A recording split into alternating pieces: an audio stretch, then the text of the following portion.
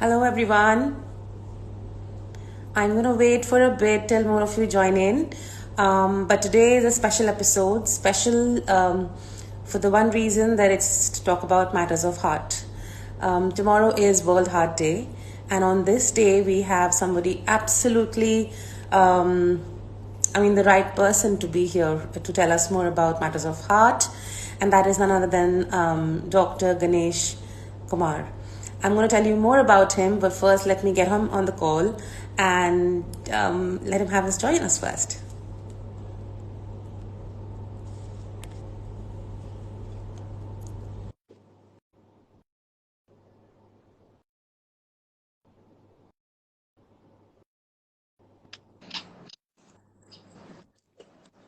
Hello. Hey, Hi, Dr. Ganesh. How are you? how are you? I'm very good. Thank you. I'm very, Thank you for very having me. good. Absolutely. Can you see and hear everything is good? Yeah, I'm comfortable. Yeah. Perfect. So thanks for coming on the show, Doctor. It's an absolute privilege to have you here. And I was just going to give the audience a little bit of a peek into who we are speaking to today and the reason we are here. So the reason we are here is that tomorrow is World Heart Day. And the reason you are here is because you are the coolest heart doctor we know.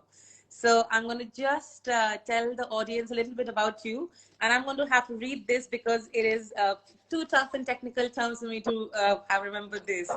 So Dr. Ganesh Kumar is a senior interventional cardiologist and he heads the Department of Cardiology at the LH Nandani Hospital.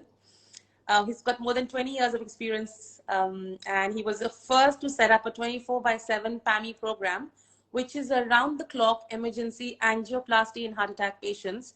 And that he did way back in 2004. And then in 2007, he did the first robotic angioplasty.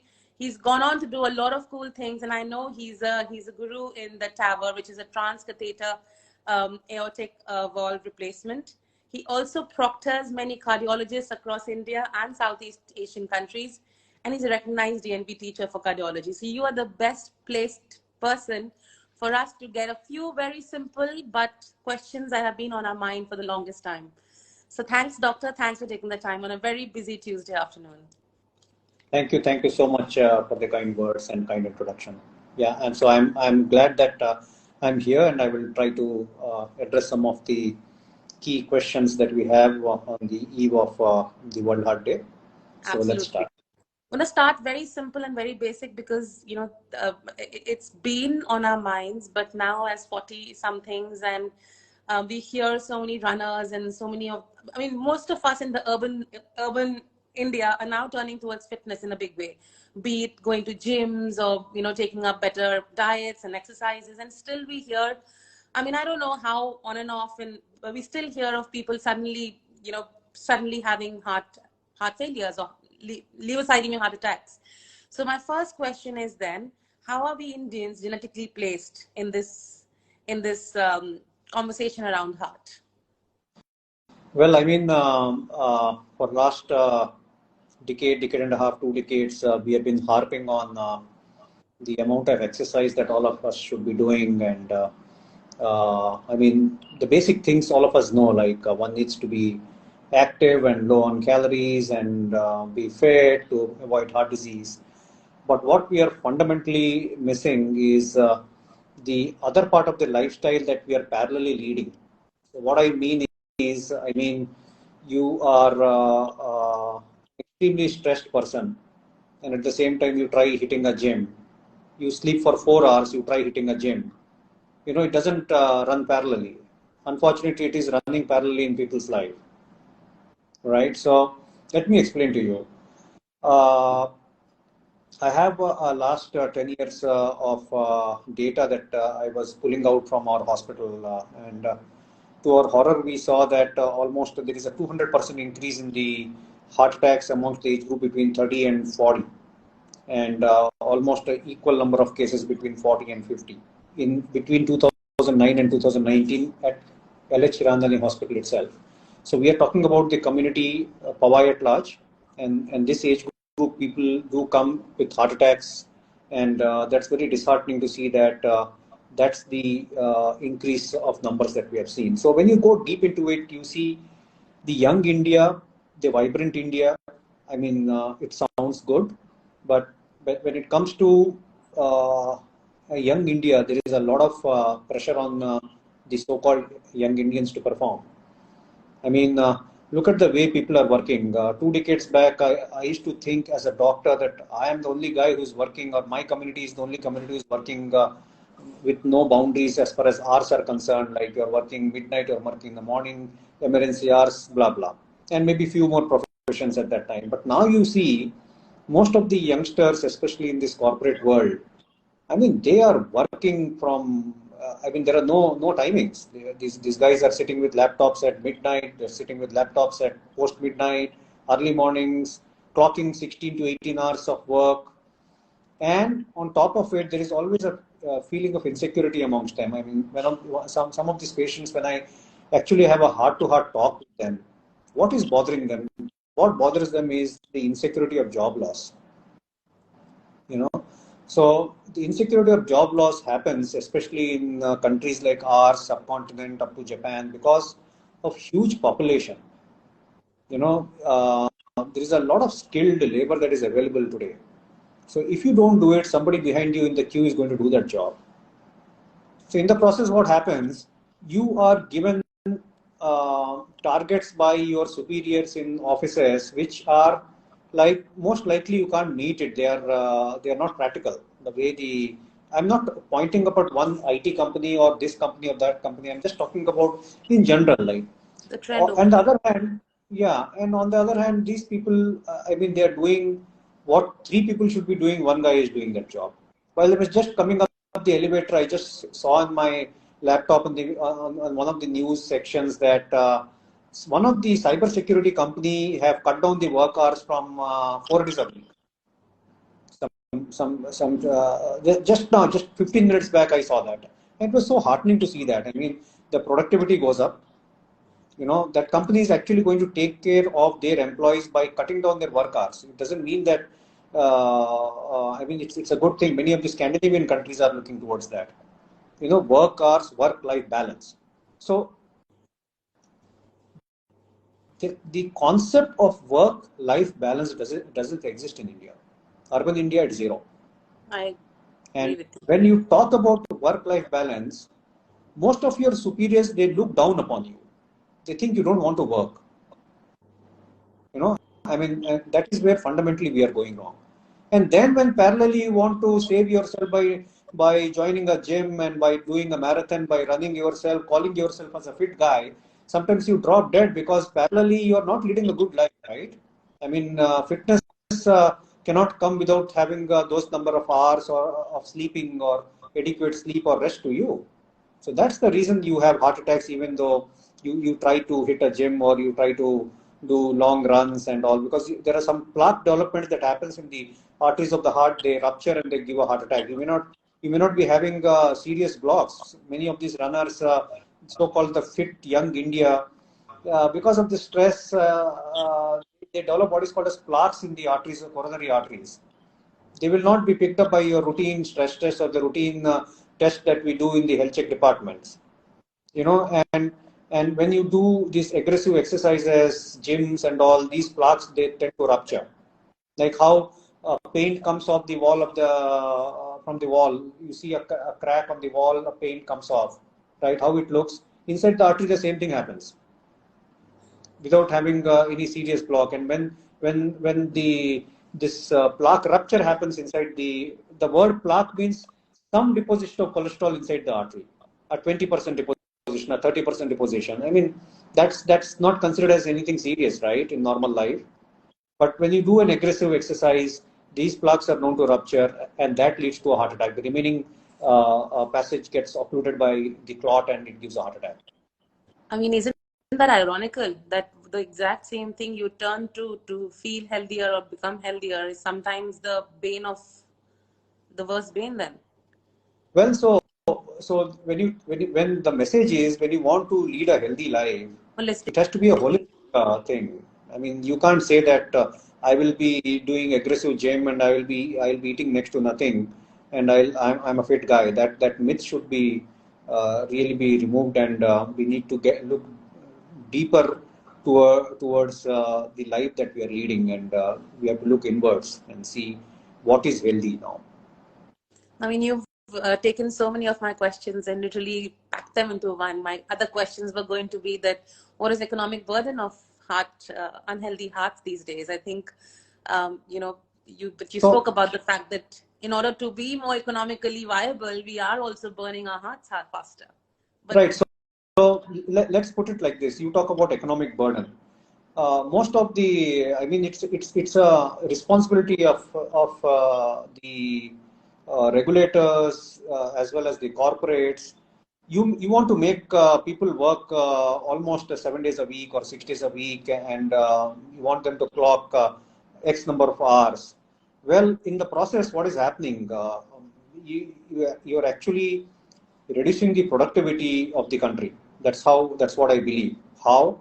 Well, humanly, it is impossible for a person to work for those number of hours in a particular day with the same amount of productivity, right? I mean, all of us know it's common sense. On top of it, what is happening is this heart disease in the form of heart attacks. People either die, people either get treated on time, but a large chunk of population who do not get treatment at the right time, they end up having what is called as survivors of heart attack, which leads them to heart failure. Okay, the word heart failure is not akin to heart attack. Heart failure is a sequelae of a heart attack. And heart attack is one of the reasons for heart failure. There can be other reasons for heart failure. It is a condition where the capacity of the cardiac pump goes down because a large chunk of the muscles get damaged during the process of a heart attack. You got it? Have you understood so far? I understood that heart failure can be led to by heart attacks. No, it's the other way around. Heart attack can lead to heart failure. Yeah, that's what I said. Yes. Right?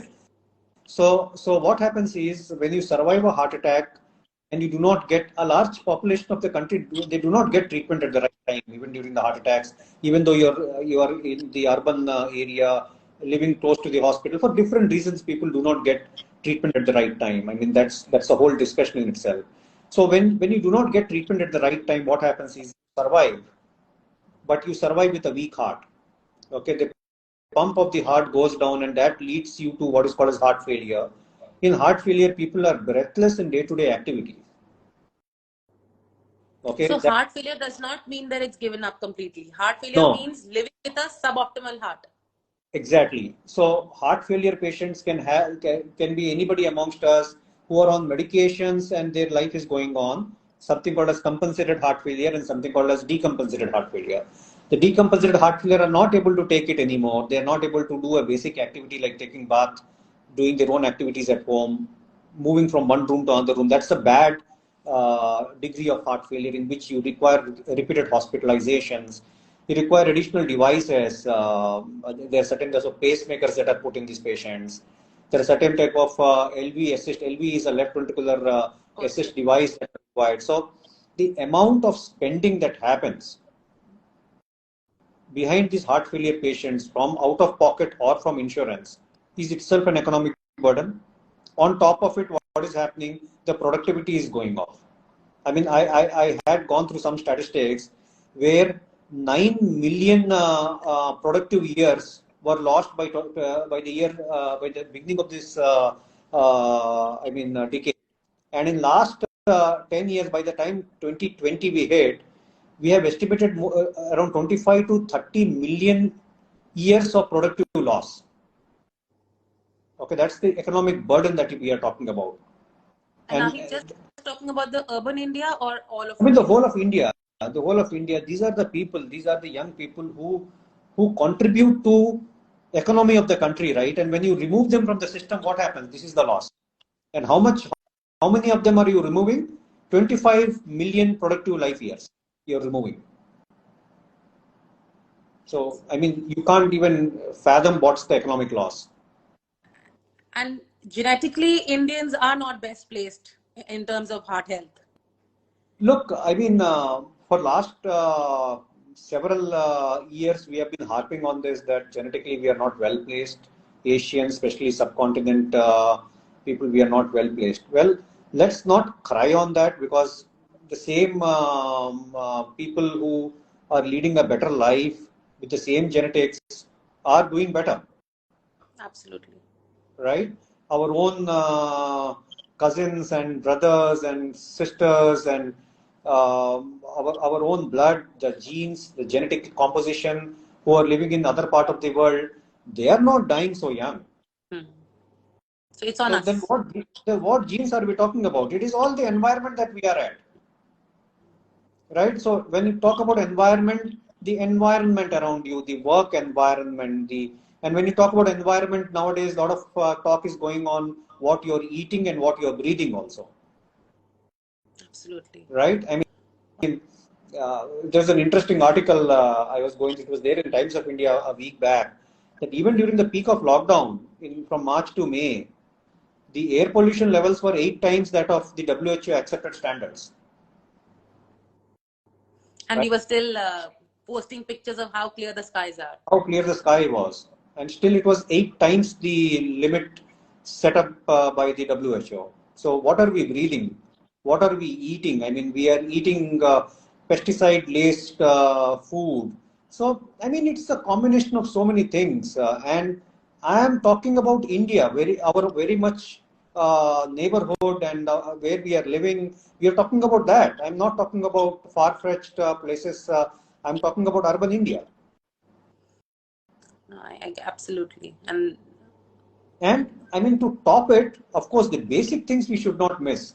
What is the basic thing? Basic is we are overeating. Right? I mean, these are all the things that people are not aware. What people are aware, I'm going to tell you. I mean, what we have been harping for last couple of decades and what we have been seeing is, on one hand, we have so many deaths from starvation in this part of the world. And it is the same country where people are eating away to death. Look at the distribution of demography.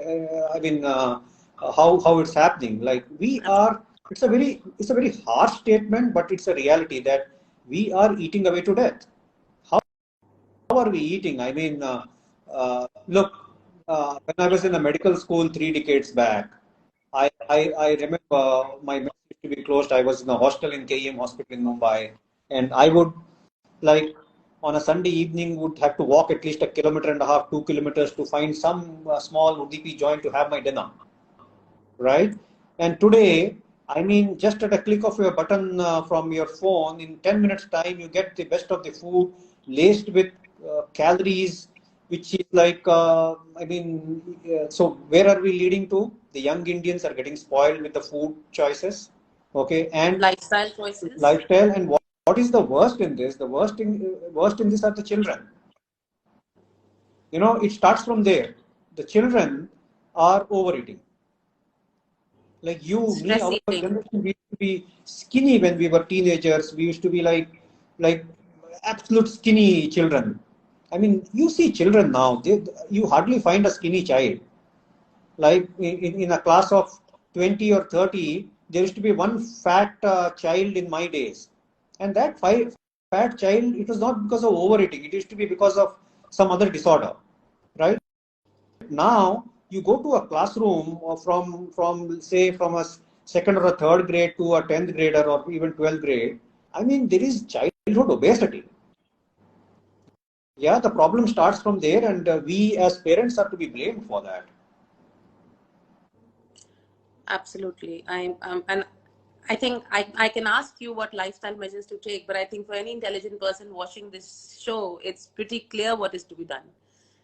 But I mean, do you mind still recounting a few easy steps so that at least people, if they do want to change something in their life today, they can take a few pointers, simple ones. The few pointers, let's divide it age-wise. I mean, below the age of 12, children up to 12, they listen to their parents. I mean, when it comes to how to modify their behaviors. So behavior modification can happen up to 12 years of age, maximum 30 years of age. Don't make your child eat so much. Out of love and affection, we make our children eat a lot of food, right? So the size of the stomach inside, the cavity size actually goes up when you make them eat so much of food. It expands. And later on, I mean, you can't control these children. They will end up eating more because they will not get the happy hormones till that much amount of stomach is filled with that much amount of food. Absolutely. I've been there myself. I know what you say. Right? So now you're 13, 14, 15, 16 years of age, you're a teenager. You're as such, as a teenager, my son is now university in the US. So I know what I have gone through as a teenager, my son being a teenager. So as such, they are a little revolting types. So how will you control food when it comes to these children? A habit which you have inculcated before the age of 12. So this is as far as children is concerned. Okay. Activity playing is a luxury because of space crunch in city like Mumbai. But for the rest of the country, there are still a lot of. I mean, we really look? There was a lot of talk when the Olympics happened. Like, do we really reward our children when they get into playing? I mean, that we all of us know. I mean, where we are heading for. When it comes to younger adults who are just out of university and joining companies, they are still, I mean, okay, let me say between the age of 18 and 24 or 25. This is the age when people hook on to smoking. Okay, so children who take up smoking, especially nicotine, at the age of 18 to 20 or 22, because of the peer pressure in colleges, are the ones who cannot quit. Okay, people who take up smoking for hobby smoking or party smoking, once in a while smoking, as 30 or 40 or 45 years of age, they are able to leave it. Right? So people who take, I mean, it is the addiction. You have a point there, but I want to know why. Yeah, I mean, there is a whole concept in it. When you read psychology, there is a whole and addiction. There's a whole concept in that. But generally, we have seen that people who pick up smoking. So teach your kid that do what you want to do, but don't smoke. You know, I mean, I don't want to go on record, but I have seen children who pick up addiction other than nicotine. They are able to quit it. But nicotine is the most addictive substance amongst all, even when you put marijuana and cocaine put together. I get your point. Right? So you should teach your child that, look, you should not be smoking, and you have to hammer that time and again and send them when they are going off to the universities. Then when they come out and when they join the companies, and they at that age group, for them it is the performance and the growth in their career for the 10 years. They slog, and people have to slog. They do not have an option. Here the message is for their bosses. I mean, their superiors. You know, it's loud and clear. You can't do that. And then that is where the regulations and corporates have to step in. Yeah, you get the productivity out of them, but not this way, right? I've seen some of these financial institutions and all. They are making these children, bright children coming out of very bright institutes, making them slog till 12 in the midnight. We've all been there. Huh? We've all been there. Yeah, I mean, it's all about turnovers. Life is all about turnover. You're killing your own children, right? Yeah. So, and then when it comes to middle age, that's the time when we gain weight. We are talking about after 40, but we should be more stringent when we are hitting mid-30s. Towards 40, we are still not lost it. Don't allow a belly to develop. Why are we developing it? Because we are now in a comfort zone as far as careers are concerned. We now sit, relax, and we end up consuming a lot of calories. You know, and calorie consumption, typically we don't need that much. Why do we develop a paunch? Why do you develop a fat around the abdomen? That is, it's a nature's mechanism which has given us mammals to store calories in the form of fat, that tomorrow when you hit an adversity where food is scarce, you can survive. Do you foresee food being scarce in next coming 20, 30, 50 years? We don't, right? Okay. Have you seen a fat animal other than the pets? Have you seen a fat horse or a fat lioness or a fat wild animal? We don't, right? It's very amusing. I mean, they will eat when it's required. They are not consuming calories the way we are eating. So it's all habits, right?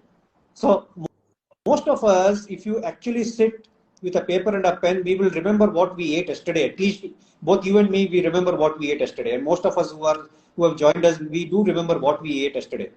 You take a pen and a paper and write it down from top to bottom, from morning to night, even a piece of chocolate that we ate.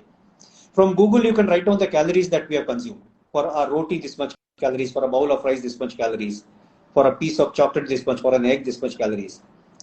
I'm telling you, an average number of consumption of calories would come to 2.5K.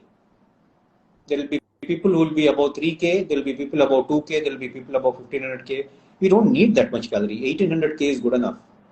I mean, it's a general statement I'm making. A huge, yeah, but 1800K, 1600K, I mean 1600, not K, 1600, 1800 calories is good enough. We don't need a 2.5K calorie or a 3K calorie or 3.5K calorie, because only that much calories we are going to consume in a day. I mean, use it in a day. What is happening to the remaining? It is getting converted into fat. Then comes a situation, especially in women when they are going towards menopause. They put on 5 to 10 kg weight straight away. Okay, because the metabolism slows down, the estrogens come down, the progesterone goes up, and their whole metabolic milieu in the body changes. That's the time when women who are going towards the menopause, they need to be extremely rigid about calorie intake and do a little more exercise than they have been doing, or if they're not doing, they should start doing exercise. What it does is it actually prevents certain body changes that happen during menopause, and it nullifies or reduces the risk of heart disease after menopause. Why am I talking about this? Is, look, when you talk about heart attacks, we generally in heart attacks in young, when you talk about heart attack in at 30 years old, 25 years old, 40 years old, 45 years old, unfortunately it is the men or male gender who are having these type of heart attacks. Women, unless they are smokers, they do not come in this many numbers that we see as far as men are concerned, right? So women, they catch up men very fast after menopause, right? So women are blessed in that way, but it should not be stretched too much. So around the time of menopause, they should not put on the type of weight women do put on weight.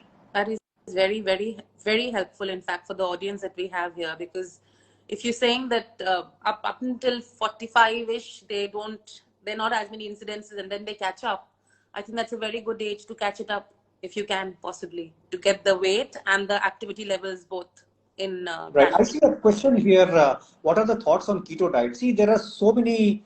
There is this question is from one Mr. Deepak. There are so many diets that are there in the around us. I mean, somebody takes a keto diet, somebody takes a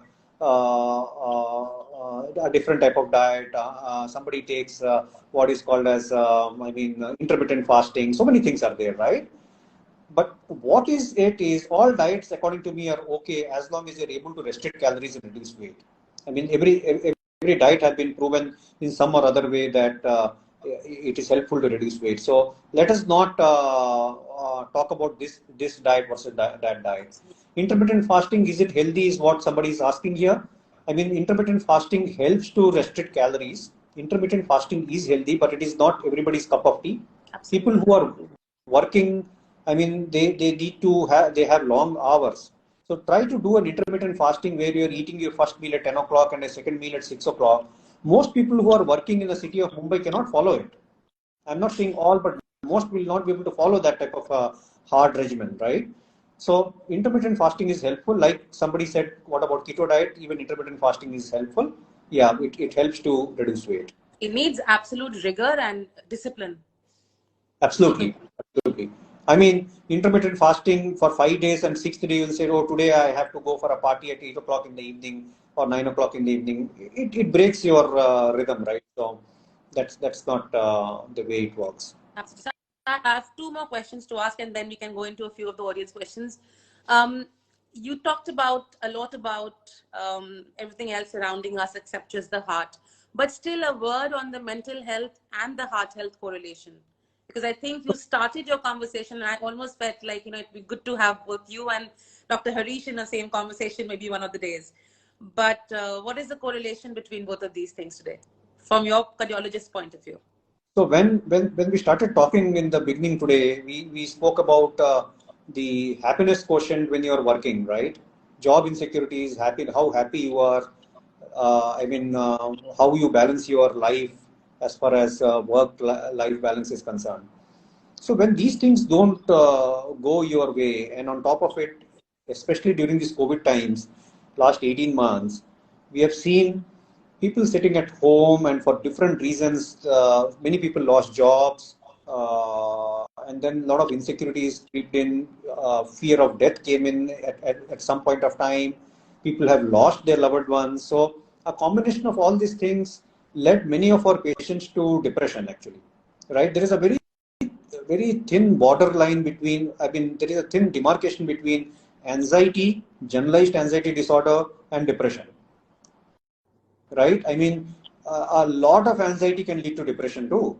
So, in my own cardiology outpatient practice, I am seeing almost 20% patients who are depressed. And many of them, when we tried sending them to a psychiatrist, they don't want to go. Because of different reasons, because of myths.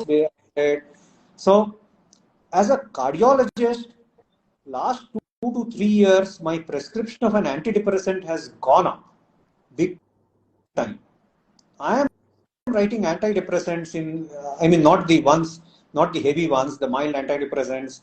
I and my colleagues have started writing antidepressants in our patients. Right? The number would be, say, 3 or 4 antidepressants in a month in previous years to almost 2 or 3 antidepressant prescriptions in a day. Yeah, and they end up doing well. Of course, they don't do well. We end up taking help of psychiatrists, but this is what we are talking about, and it is not good for health, right? So it brings on multiple other issues then, I'm guessing. Yeah. A question that Radhika asked, should we be following the circadian rhythm for our lifestyle? Circadian rhythm is very important, right? One of the reasons that people have lost sleep is we don't follow the circadian rhythm, right? We don't sleep at a time when we are supposed to sleep. Sleeping at 2 a.m. and 3 a.m. Was unheard of when we were growing up. Now, sleeping at 2 a.m. and 3 a.m., people sitting, taking gadgets to their beds is a given. So when you take gadgets like a mobile phone or a laptop, it breaks your circadian rhythm. It breaks your sleep. How it does is, see, there are 2 types of receptors in our eyes, which is called as rods and cones in the retina. So when darkness comes in the evening, naturally, most of the animals, birds, you see, they become calmer, right? When darkness comes, one of the receptor in the retina becomes more active. It sends signals to the brain, to the pineal gland, which releases a hormone called as melatonin. Melatonin puts you to sleep. Now, when you're looking at your gadget with full bright light, you're fooling your brain, saying that night has not yet set in. And then you lose your sleep.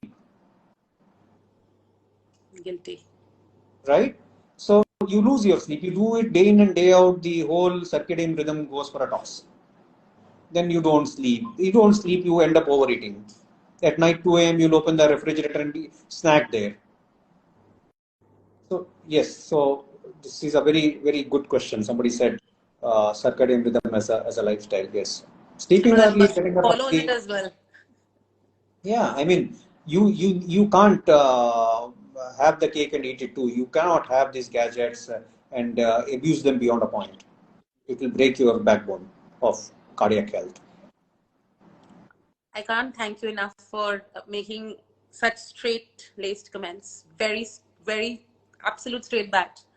Thank you so much. I think it means a lot coming from someone like you, because people take you seriously, and we can read it in all the magazines and the papers, but we don't understand it. So I think thanks so much for taking the time, doctor. I can go on and on, but I think I'm going to keep you for another amazing session, because there was so much that I learned, and very often that I go away with so much that I did not know, and I feel guilty on so many points, especially the sleep one. I hope that I'm able to take away more from here. And thank you so much for taking the time. Thanks for having me today, and I hope many people will. It will help many of the people who have watched it today. I am And sure I mean, if they yeah. care for their hearts, they are going to take care of everything that you said. And you were saying very simple things. And I think the best part that you did was you broke up the messages for the age groups. I think I'm going to ask the team to make it into a memo like that, and then circulate it, because I think that's fantastic. Fantastically done. Thank you so much, sir. And Thank keep you. up the great work, please. And we'll see you around soon. Thank you. Bye-bye. Thank you, sir. Bye-bye. Thanks, everyone, for being here.